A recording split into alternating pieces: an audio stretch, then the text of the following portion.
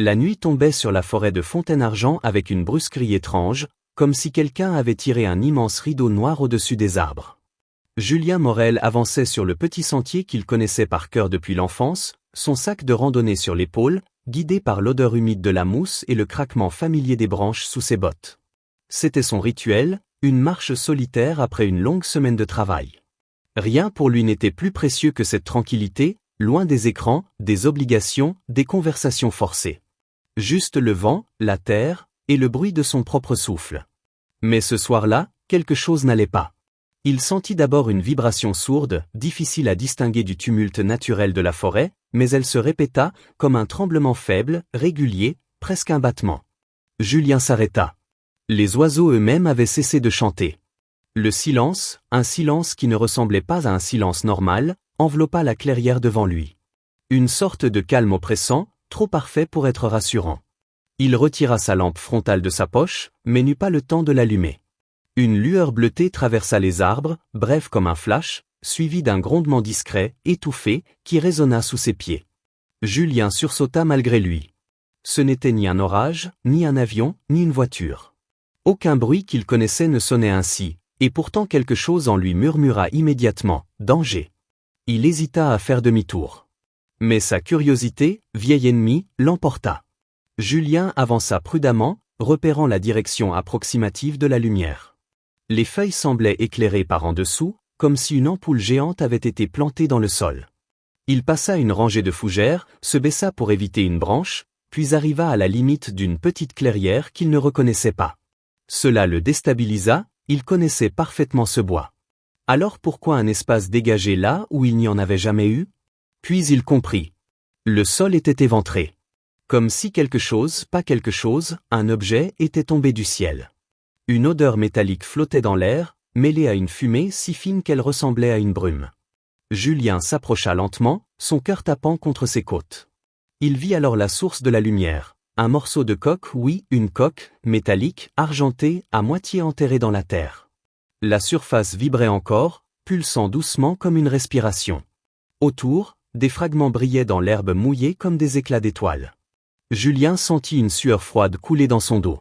Tout son corps lui hurlait de partir, de courir, d'oublier ce qu'il voyait.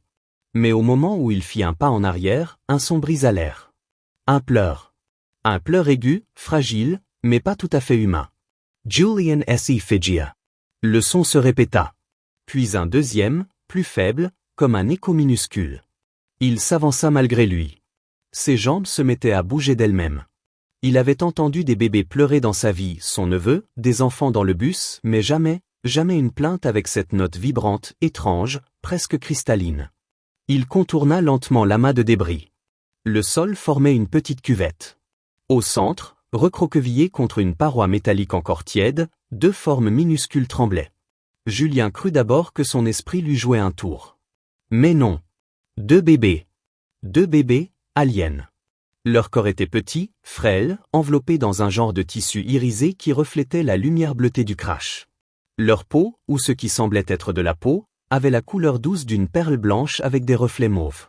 Ils possédaient de grands yeux brillants, trop grands pour leur visage, et des doigts fins terminés par de petites membranes transparentes. L'un d'eux leva la tête vers Julien. Il se sentit paralysé, comme si son souffle lui avait été retiré. Son cerveau essayait désespérément de trouver une explication rationnelle. Il n'en trouva aucune. Les deux petits êtres le fixaient avec une intensité presque insupportable. Puis, l'un d'eux émit un son, pas un pleur, cette fois. Un sort de souffle tremblant. Et soudain, une sensation étrange traversa l'esprit de Julien, comme si une onde chaude glissait à l'intérieur de son crâne. Il recula brusquement. Qu'est-ce que? Pas de réponse. Mais une image apparut dans sa tête. Pas une hallucination, un flash. Un vaisseau immense, brillant, poursuivi par des ombres mécaniques. An explosion. Des cris télépathiques. Et ces deux petits êtres, projetés hors du chaos. Julien chancela, pris de vertige. Ces visions venaient d'eux? Non, impossible. Et pourtant, le plus proche s'approcha en rampant maladroitement. Il posa sa petite main translucide contre la chaussure de Julien. Cette fois, l'image fut plus claire. Julien se vit lui-même, ou plutôt une version de lui, debout dans une salle inconnue, entouré de créatures d'espèces différentes, recevant quelque chose comme une médaille. Une cérémonie. Une importance insensée. Puis une voix, sans son, résonna dans son esprit. « Aide-nous, s'il te plaît. » Julien recula si vite qu'il tomba assis dans l'herbe. « Non non non non non. C'est pas réel. Je suis fatigué, je rêve, c'est n'importe quoi. » Mais les deux bébés se mirent à pleurer à nouveau, leurs petits corps tremblants comme des feuilles. Le son lui transperça le cœur. Aucun humain ne pouvait abandonner deux êtres aussi vulnérables. Peu importe leur origine. Je ne sais pas quoi faire, murmura-t-il. Je ne comprends rien. L'un d'eux leva ses grands yeux vers lui. Une nouvelle sensation envahit l'esprit de Julien. Pas une vision cette fois, mais une phrase, posée comme un souffle dans sa conscience. Nous sommes venus pour toi. Julian scented SES stripes SE Sarah. Pour moi? Mais pourquoi? Je suis personne, moi? Une avalanche d'images lui répondit. La Terre vue depuis l'espace, une carte d'étoiles, des créatures d'apparence noble, comme des scientifiques ou des ambassadeurs, et surtout un symbole brillant, comme un sceau.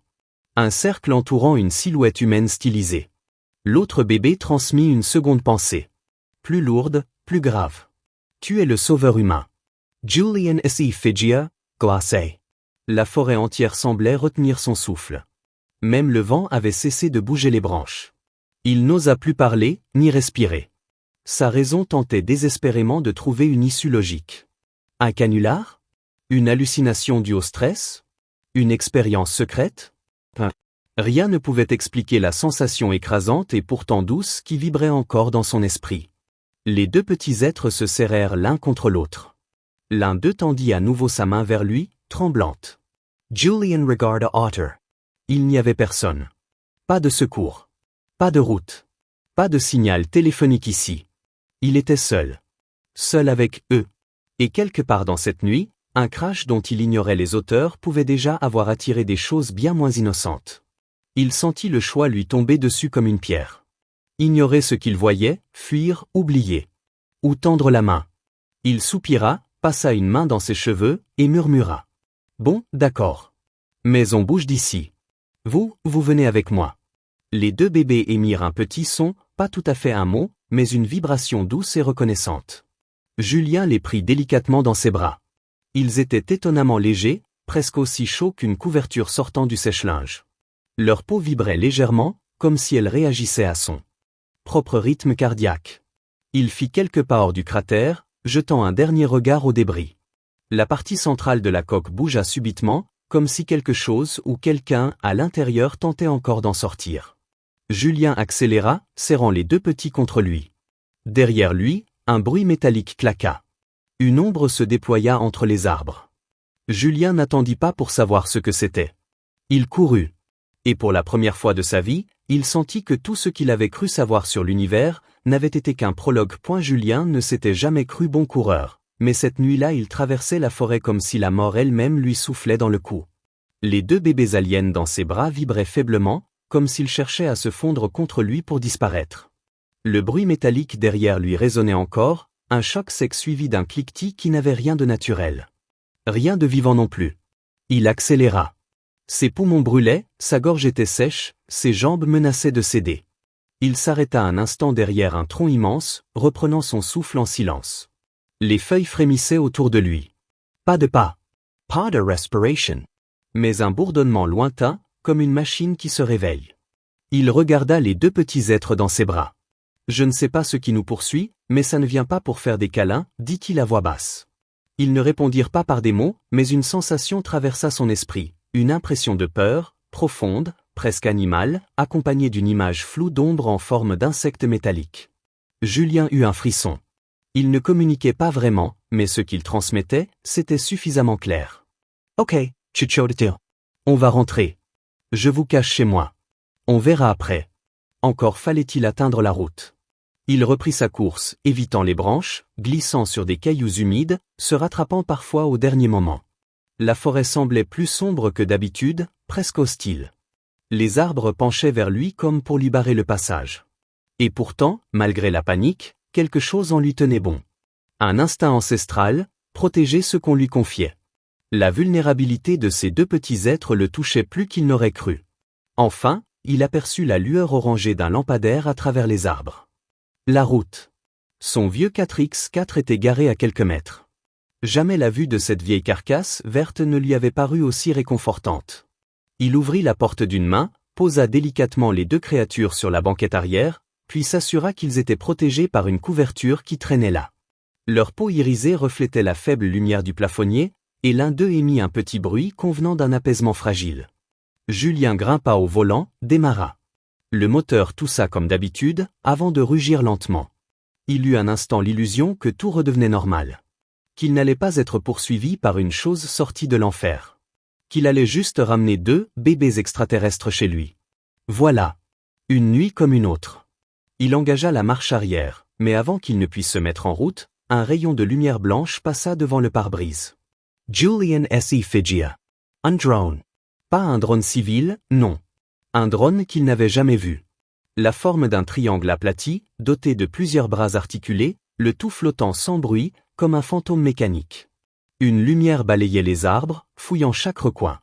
Julien éteignit les phares et se baissa instinctivement. Le drone scanna la zone du crash, puis pivota lentement dans leur direction. Les bébés dans le fond du véhicule se mirent à trembler.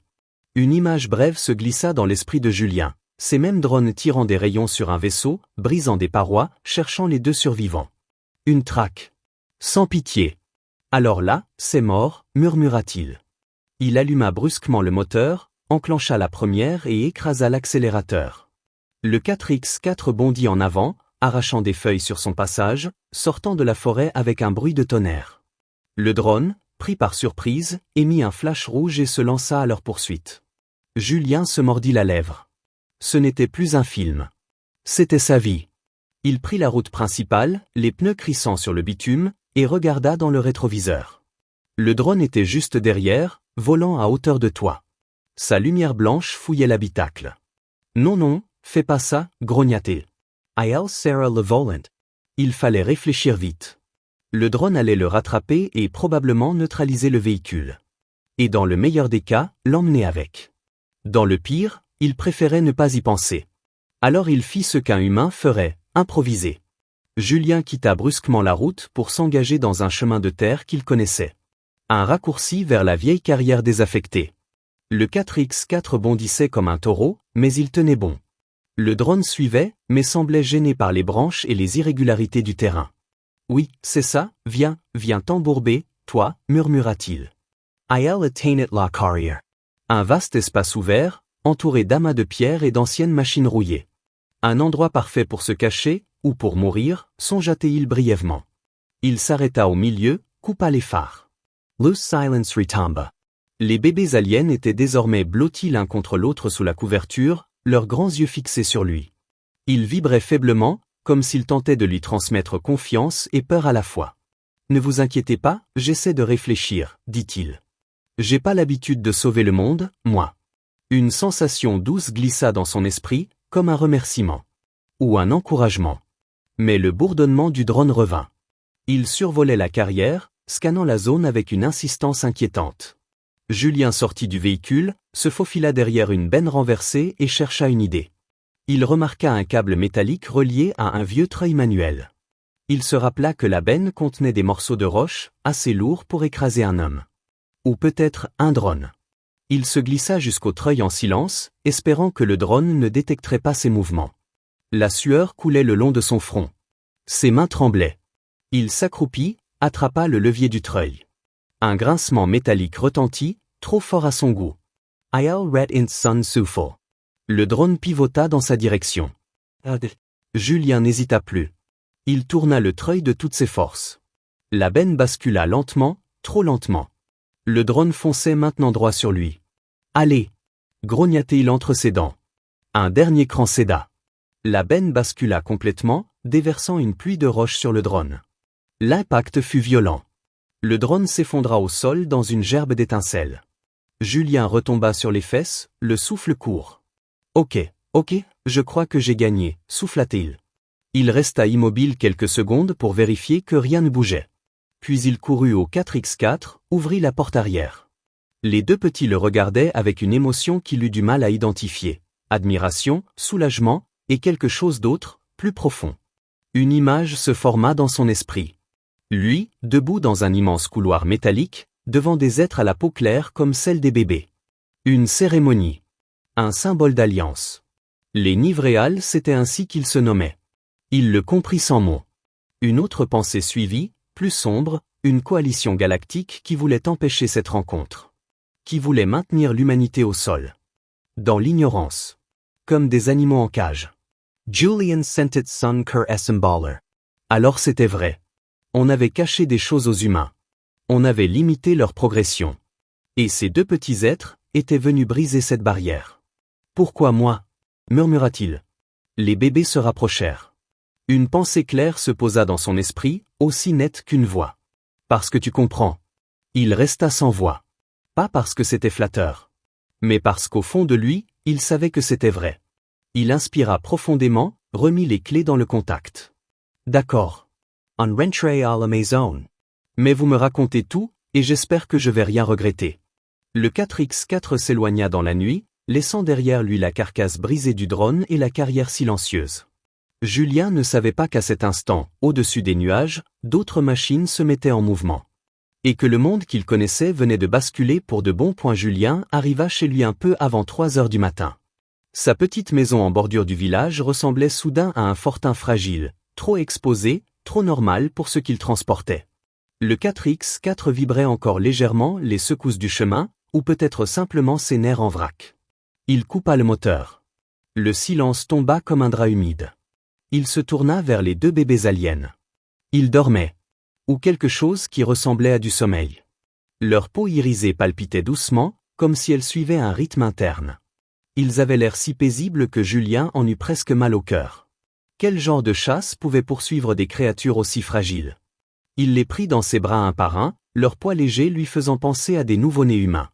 En entrant, il referma derrière lui, verrouilla 2 fois, puis vérifia instinctivement la fenêtre du salon. « Bon, bienvenue chez moi », murmura-t-il d'une voix nerveuse. Il posa les bébés sur son vieux canapé. L'un d'eux ouvrit les yeux. Une vibration douce émana de lui, presque comme un ronronnement. S'ils avaient pu parler, ils auraient peut-être dit merci. Il en eut la sensation, sans mots. Julien s'assit lourdement sur une chaise, se tenant la tête entre les mains. Ok, faut réfléchir. Faut comprendre ce qui se passe. Mais avant qu'il n'ait le temps de remettre un semblant d'ordre dans ses idées, une nouvelle vague d'images déferla dans son esprit. L'un des bébés, le plus grand des deux, le fixait intensément. L'image s'imposa comme un souvenir implanté, un couloir énorme, baigné de lumière blanche. Des êtres adultes de la même espèce que les petits avançaient vers lui. Ils portaient des vêtements magnifiques, des symboles complexes au niveau du torse. Et au fond de la scène, un objet transparent, géométrique, tournoyait lentement, un noyau cristallin. La vision se dissipa. Julian respira plus vite. C'était vous? Vous me montrez ça? Pourquoi? Le bébé émit une petite impulsion télépathique. Une phrase, une idée se forma dans l'esprit de Julien. Vérité. Il sentit un frisson. Puis une autre impulsion suivit, plus lourde, accompagnée d'images plus sombres, des vaisseaux en formation, des silhouettes d'armure, des chaînes d'énergie refermées sur des humains. Une planète entourée d'un filet de surveillance. Julian deglutit. On nous surveille? Depuis combien de temps? Qui? Le bébé se contracta légèrement, comme s'il essayait de trouver la force d'expliquer. Puis l'image suivante tomba comme un glaçon dans l'esprit de Julien, une sorte de conseil galactique, composé de différentes espèces. Certaines avaient un air noble, d'autres menaçants. Et au-dessus d'eux, un symbole, une sphère bleue entourée d'anneaux métalliques. Cette coalition semblait puissante, organisée et déterminée. L'idée transmise était simple. Ils nous veulent, loin. Muets. Petits. Julien sentit une colère monter en lui. Ils veulent que l'humanité reste primitive. C'est ça? Une impulsion courte. Affirmation. Julien se leva d'un coup. Mais pourquoi? On n'a jamais rien fait à personne. On n'a même pas encore quitté Mars correctement. Pourquoi nous bloquer? Une vision se glissa dans son esprit, des humains d'un futur possible, debout sur des plateformes spatiales, construisant des vaisseaux plus rapides que la lumière. Des humains menant des négociations avec d'autres civilisations. Des humains, respectés. Redoutés, aussi. Une phrase si forma. Étrangement clair, presque sans ambiguïté. Vous êtes imprévisible. Trop libre. Trop rapide à changer. Une autre vision, des humains improvisant une machine en pleine bataille spatiale en utilisant des pièces de fortune. Un acte brillant, dangereux, impossible à anticiper. Julien eut un rire nerveux. Ah ouais, ça ressemble à ça. Mais la vision suivante lui coupa le sourire. Un vaisseau alien attaqué par une flotte inconnue. Des cris télépathiques. L'intérieur du vaisseau où se trouvaient les deux bébés chancelats, se pencha, explosa. Des silhouettes mécaniques pénétrèrent dans la coque. Et au milieu du chaos, deux adultes de l'espèce des bébés, probablement leurs parents ou protecteurs, posèrent leurs mains sur eux, déclenchant un mécanisme de sauvetage avant d'être submergés. Julien sentit un poids énorme sur la poitrine. « Je suis désolé », murmura-t-il doucement. Vraiment. Les bébés se rapprochèrent l'un de l'autre.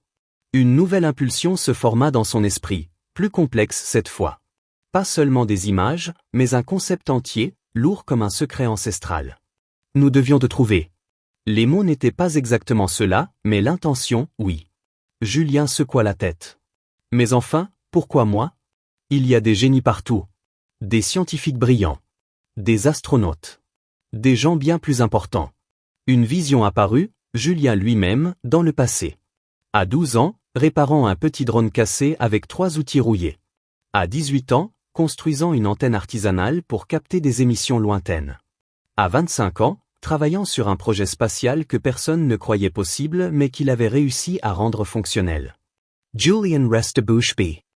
Où vous me surveillez depuis longtemps? Pas surveillance. Pas espionnage. Plutôt observation. Attente.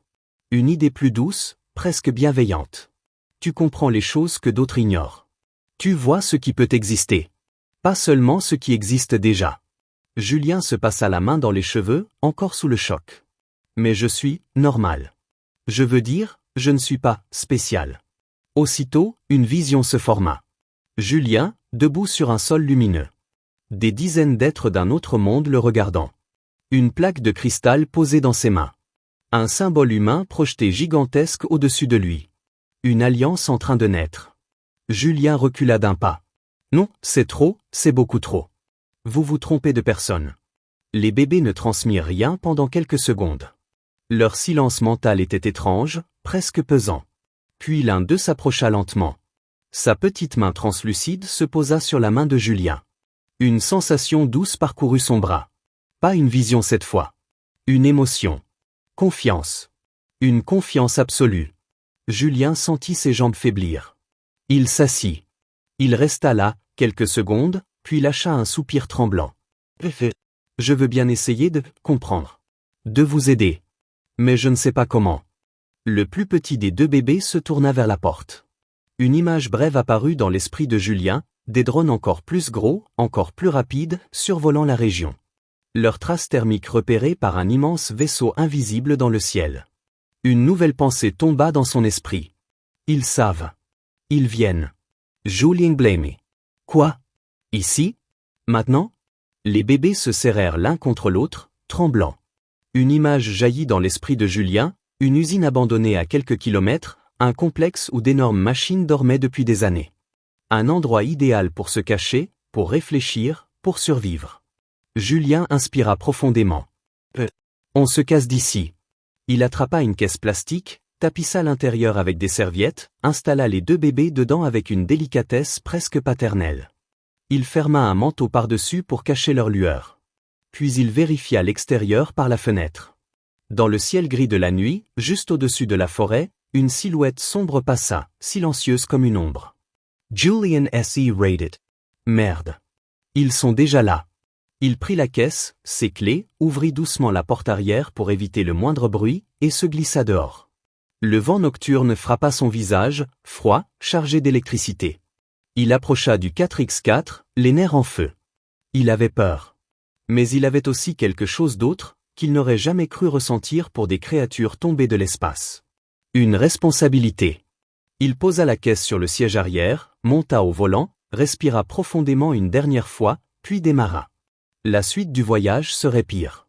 Beaucoup pire. Et pourtant, au fond de lui, Julien sentait qu'il n'avait plus le choix. Il venait d'entrer dans une guerre bien plus grande que lui. Julien roulait en silence, la nuit collée aux vitres. La route défilait devant lui comme un long serpent gris, se perdant dans les arbres de plus en plus sombres. Les lampadaires étaient rares dans cette partie de la campagne. Ça l'arrangeait, moins de lumière, moins de risque d'être repéré. Dans le rétroviseur, la caisse où reposaient les 2 bébés aliens vibrait doucement. De temps en temps, un éclat de leur peau irisée filtrait entre les plis du manteau qui les couvrait. Julien gardait un œil sur eux à chaque virage. Il semblait terrifié, mais confiant, ce mélange étrange qui donnait à Julien l'impression d'être devenu malgré lui une sorte de bouclier vivant. « On y est presque » murmura-t-il. « Encore 5 minutes. » Les bébés répondirent avec une sensation douce dans son esprit. Pas des mots, juste une impression, on te fait confiance. Julian Sarah Levolant. C'était ça le pire. Il lui faisait confiance. Lui. Un type qui essayait juste de comprendre comment sa vie avait pu basculer en quelques heures. La route fit une courbe, et au bout, il aperçut enfin la silhouette massive de l'usine désaffectée. Un géant d'acier rouillé, perdu au milieu des pins. Autrefois, on y fabriquait des pièces pour les turbines. Aujourd'hui, c'était juste un squelette abandonné, à moitié mangé par la rouille et les graffitis. Parfait pour se cacher. Julien gara le 4x4 près d'une porte latérale en tôle, suffisamment grande pour passer, mais à moitié déformée, il avait l'habitude de venir ici pour faire des photos industrielles. Avec un peu d'effort, il pouvait l'ouvrir. Il prit la caisse avec les bébés, descendit du véhicule et avança vers l'entrée. La porte grinça quand il la tira. Le son résonna dans tout le bâtiment, rebondissant contre les murs nus. « Désolé pour le bruit » murmura Julien. « Je sais, c'est pas l'endroit le plus accueillant.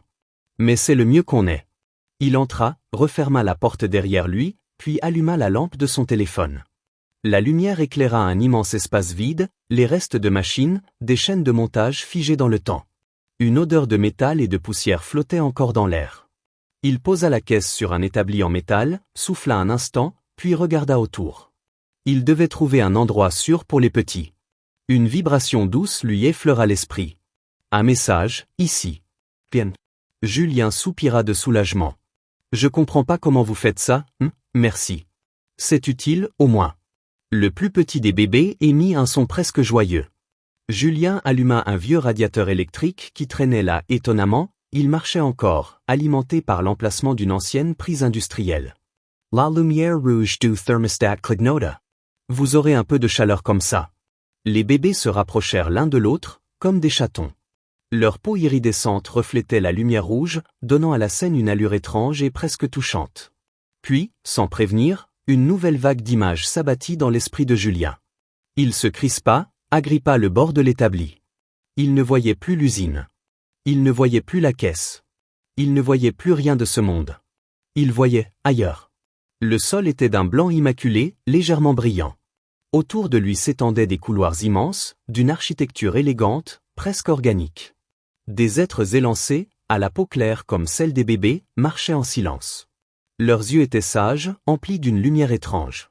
Julien comprit sans mots, il voyait le monde des Nivréal. Puis une grande salle se matérialisa. Au centre trônait un cristal géométrique, tournoyant lentement. Des symboles flottaient autour, dessinant des spirales complexes. Un être adulte s'avança dans la vision. Sa voix résonna non pas dans l'air, mais directement dans l'esprit de Julien. Julien Morel. Tu m'entends? Ce que tu vois est notre dernier message. Julien sentit un frisson parcourir son échine. Cet être connaissait son nom. Le message semblait enregistré, et pourtant vivant. Nous ne pouvons plus protéger nos héritiers. La coalition nous a trouvés. Nos traités, nos archives, notre croyance en vous, tout est en danger. Autour de la salle, Julien voyait des flashs rouges, des secousses, leur monde était attaqué, au moment même où cette vision avait été enregistrée. L'humanité ignore encore son potentiel. C'est justement ce qui effraie la coalition. Vous êtes imprévisible. Puissant.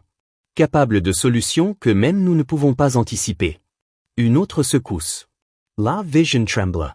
Alors nous avons fait ce choix, te choisir, toi. Pas pour ce que tu représentes, mais pour ce que tu peux devenir. Julien avait envie de crier. Pourquoi moi? Mais la vision continua. Tu as l'esprit qu'il faut. Curieux. Têtu. Capable de réparer ce qui semble perdu. L'humanité a besoin d'un premier ambassadeur. Nous avions l'intention d'ouvrir nos archives à votre monde. Les héritiers portent ce savoir. Protège-les. Ils te guideront. La vision devint floue, puis une dernière phrase résonna, comme une prière. Ne laisse pas l'humanité rester prisonnière. Aide-la à s'élever. Puis tout s'effaça. Julien se retrouva dans l'usine, haletant, la main crispée sur l'établi. Le sol paraissait soudain réel, lourd, presque trop solide après ce voyage intérieur. Les deux bébés le regardaient, leurs yeux brillants d'inquiétude. Julien passa une main sur son visage. Donc, vous êtes des princes? Des héritiers d'un empire scientifique? Et moi, je suis censé, quoi? Sauver l'humanité? C'est ça votre plan? Une impulsion télépathique glissa dans son esprit. Pas arrogant. Pas exigeante. Douce. Pas sauver. Ouvrir. Rappeler ce que les humains sont capables d'être. Julien se laissa tomber sur une vieille chaise, complètement dépassé. J'ai juste un boulot dans une PME, des factures, un vieux 4x4, je suis pas un héros. J'ai jamais voulu l'être. Le plus petit des bébés s'approcha. Sa petite main translucide, fragile, vint toucher la paume de Julien. Un souvenir afflua alors, celui d'un Julien adolescent, seul dans son garage, réparant un moteur en chantonnant. Le plaisir simple de comprendre comment les choses fonctionnaient. Le désir de construire quelque chose qui tienne debout. Puis une autre image, Julien adulte, refusant un poste confortable parce qu'il voulait travailler sur un projet trop ambitieux aux yeux de ses collègues. Les bébés ne parlaient pas, mais leur message était clair. Héros, ce n'est pas un titre. C'est un choix. Julien ferma les yeux. Il avait envie de rire. Ou de pleurer. Ou les deux à la fois. Donc c'est ça. Je dois vous protéger, et vous aider à contacter vos gens. C'est ça? An impulsion affirmative. Julien inspira profondément. Très bien. Alors on va trouver comment activer ce cristal de données que vous portez. À peine avait-il prononcé ces mots qu'un grondement sourd secoua l'extérieur de l'usine. Julien se leva d'un bond. Un second grondement. Puis un flash blanc derrière les vitres poussiéreuses. Pas ça. Pas maintenant. Il se précipita vers une fenêtre.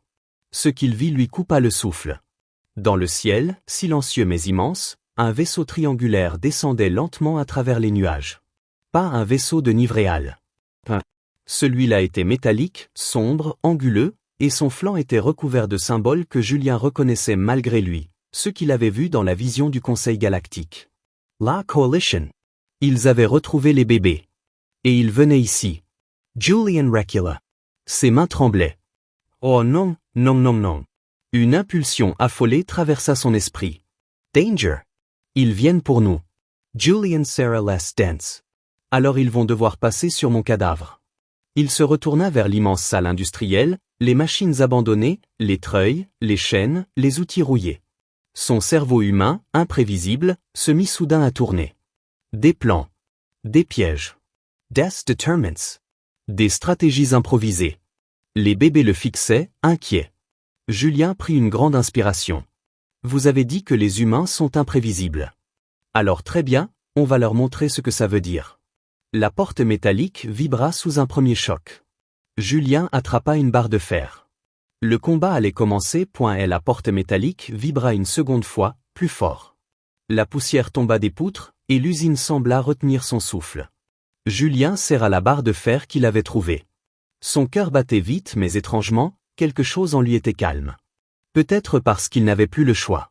Peut-être parce qu'au fond, il savait que tout ce qu'il avait vécu jusqu'ici l'avait préparé à improviser, à bricoler, à survivre. Il jeta un regard aux deux bébés Nivréal. Ils étaient recroquevillés dans la caisse, mais leurs yeux brillaient. Pas de panique pure, un mélange de peur et d'espoir. Vous restez là, dit-il doucement. Je reviens. Ils vibrèrent faiblement, comme pour lui donner du courage. La porte explosa soudain dans un fracas métallique.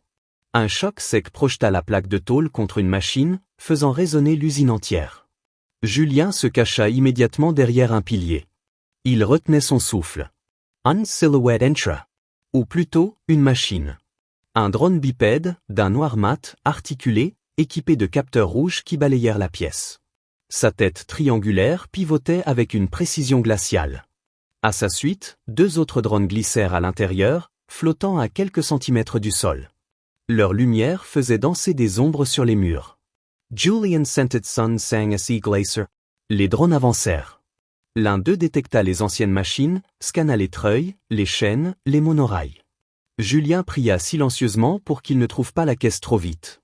I'll less you. Inspire. Expire. Il avait 1 minute. 2, peut-être 3. Il se glissa silencieusement vers l'escalier métallique qui menait à une passerelle suspendue. Le grincement léger du métal résonna. Les drones pivotèrent vers le bruit. Julien accéléra, monta les marches 2 par 2, puis se jeta derrière une vieille armoire électrique. De là-haut, il voyait presque toute l'usine. Il repéra un treuil qui maintenait une énorme poutre rouillée au-dessus du sol. Exactement au-dessus du drone bipède. Il chercha le câble.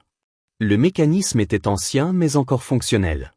Il pouvait le déclencher manuellement si quelqu'un tirait sur la goupille rouillée sur le côté. Julian souffla. Il se leva d'un mouvement brusque et lança un boulon dans la direction opposée.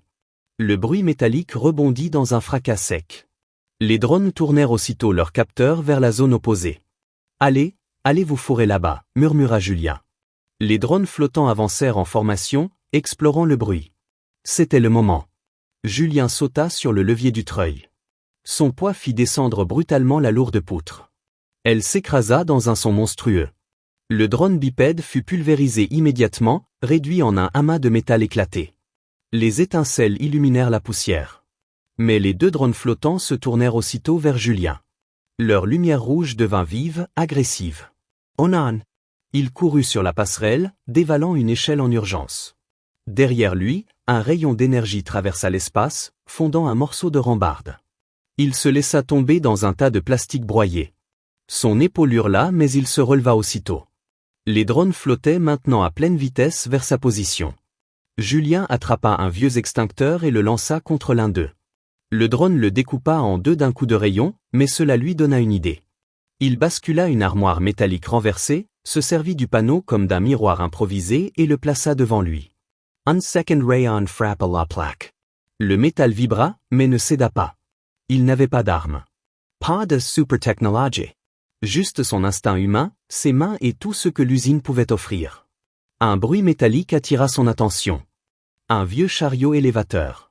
Le moteur fonctionnait encore, il l'avait vu l'an dernier. « Si tu démarres, tu es un miracle », murmura-t-il en courant vers lui. Les drones l'avaient repéré. Leurs lumières rouges convergèrent sur lui. Julien sauta dans le chariot, tourna la clé. Le moteur toussa, 1 fois, 2 fois, puis rugit enfin. Il enclencha la marche avant et fonça droit sur les drones.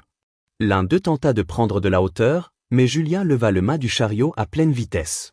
Le drone fut percuté, projeté contre un pilier. Sa carapace se fendit dans un bruit déchirant. Le dernier drone fonça vers lui. Trop vite. Trop près. Julien décida de faire quelque chose de stupide. Donc, typiquement humain. Il sauta du chariot en marche, roula sur le sol, courut vers le panneau électrique au mur et tira de toutes ses forces sur un câble laissé à nu. Les étincelles jaillirent. Le chariot, désormais sans conducteur, continua sa route. Il percuta un transformateur secondaire. Le choc produisit une décharge électrique gigantesque qui illumina la pièce comme un soleil miniature. Le drone se retrouva pris dans une tempête d'arcs électriques. Julien ferma les yeux pour éviter l'éblouissement. Quand il les rouvrit, le drone était au sol, fumant, immobile. Il tremblait de tout son corps, essoufflé, couvert de poussière. « Putain, j'ai réussi !» Mais un grondement sourd, plus profond, résonna dehors. Julien se dirigea vers une fenêtre. Le vaisseau triangulaire descendait encore, plus bas. Il touchait presque la cime des arbres. Une écoutille s'ouvrit sur son flanc. Une plateforme se déploya. Des silhouettes en armure marchaient dessus. Julien sentit une panique froide lui traverser le ventre. Il y en a encore d'autres ? Il courut vers la caisse où se trouvaient les bébés. Ils étaient terrifiés. Le plus petit se mit à émettre une vibration aiguë, presque un cri silencieux. Julien posa ses mains sur eux. On n'a plus le temps. Il faut y aller. Maintenant. Les bébés fixèrent l'autre côté de l'usine. Julien vit alors un objet qu'il n'avait pas remarqué, un petit disque argenté, tombé dans la caisse quand il les avait portés plus tôt. I'll le ramassa. Sa surface était chaude, pulsante. Dès qu'il le toucha, une lumière se déploya, formant une interface holographique simple, composée de symboles. Julien cligna des yeux. « C'est quoi ça ? Un truc pour appeler vos gens ?» Un symbole s'éclaira. Les bébés vibrèrent. Oui. C'était ça. Julien appuya. Le disque émit une lumière bleue intense. L'air se mit à vibrer comme un rideau d'énergie. Une onde monta dans le ciel, invisible à l'œil humain, mais pas au capteur du vaisseau de la coalition. Dehors, les armures se stoppèrent net. Comme si elles recevaient un ordre. Puis un vacarme énorme déchira le ciel. Un second vaisseau apparut. Un colosse blanc, lumineux, aux formes organiques. Il sortit de la brume comme un fantôme gigantesque. Julien sentit son cœur s'arrêter. C'était le même vaisseau qu'il avait vu dans la vision. Le vaisseau Nivréal. Un rayon protecteur descendit du ciel, enveloppant l'usine d'une lumière douce. Les silhouettes ennemies reculèrent, perturbées par l'énergie. Une voix résonna dans l'esprit de Julien. Une voix profonde, calme, inhumaine mais bienveillante. Julien Morel. Nous venons pour les héritiers. Et pour toi. Julien sentit une chaleur monter en lui. Une émotion qu'il n'avait pas les mots pour exprimer. Les bébés vibrèrent de joie. La porte de l'usine s'ouvrit d'elle-même. Une rampe de lumière se forma, menant vers le ciel. Julian, Tenant Lacesse, restifige un instant. Il regarda son 4x4, la vieille usine, sa vie entière derrière lui. Puis il regarda les deux bébés qui le fixaient comme s'il était leur dernier espoir. Il inspira profondément. Très bien, dit-il. On y va. Il monta sur la rampe. La lumière l'enveloppa. Le vaisseau Nivréal s'ouvrit devant lui, brillant comme une cathédrale vivante. À l'intérieur, des êtres élancés s'inclinèrent légèrement. Un d'eux s'avança. Julien Morel. Premier représentant de l'humanité. Les héritiers ont confiance en toi. Nous aussi. Julian hoka la tête, la gorge serrée. Je sais pas si je suis prêt pour ça, mais j'essaierai. Le Nivréal posa une main lumineuse sur son épaule. C'est tout ce que demande l'univers. La rampe s'y referma. Le vaisseau s'éleva. L'usine devint minuscule sous eux. Puis la terre, entière, paisible, belle, fragile. Julian la regarda. Son monde. Son espèce. Et pour la première fois, il comprit ce que signifiait réellement être humain. Pas faible. Pas perdu. Pas petit. Libre. Imprévisible. Capable du pire, mais surtout du meilleur. La lumière autour de lui s'intensifia alors que le vaisseau passait en hypertranslation. Julien n'eut qu'une seule pensée. L'humanité allait enfin entrer dans la légende. The why. Humanity. Fuck yeah.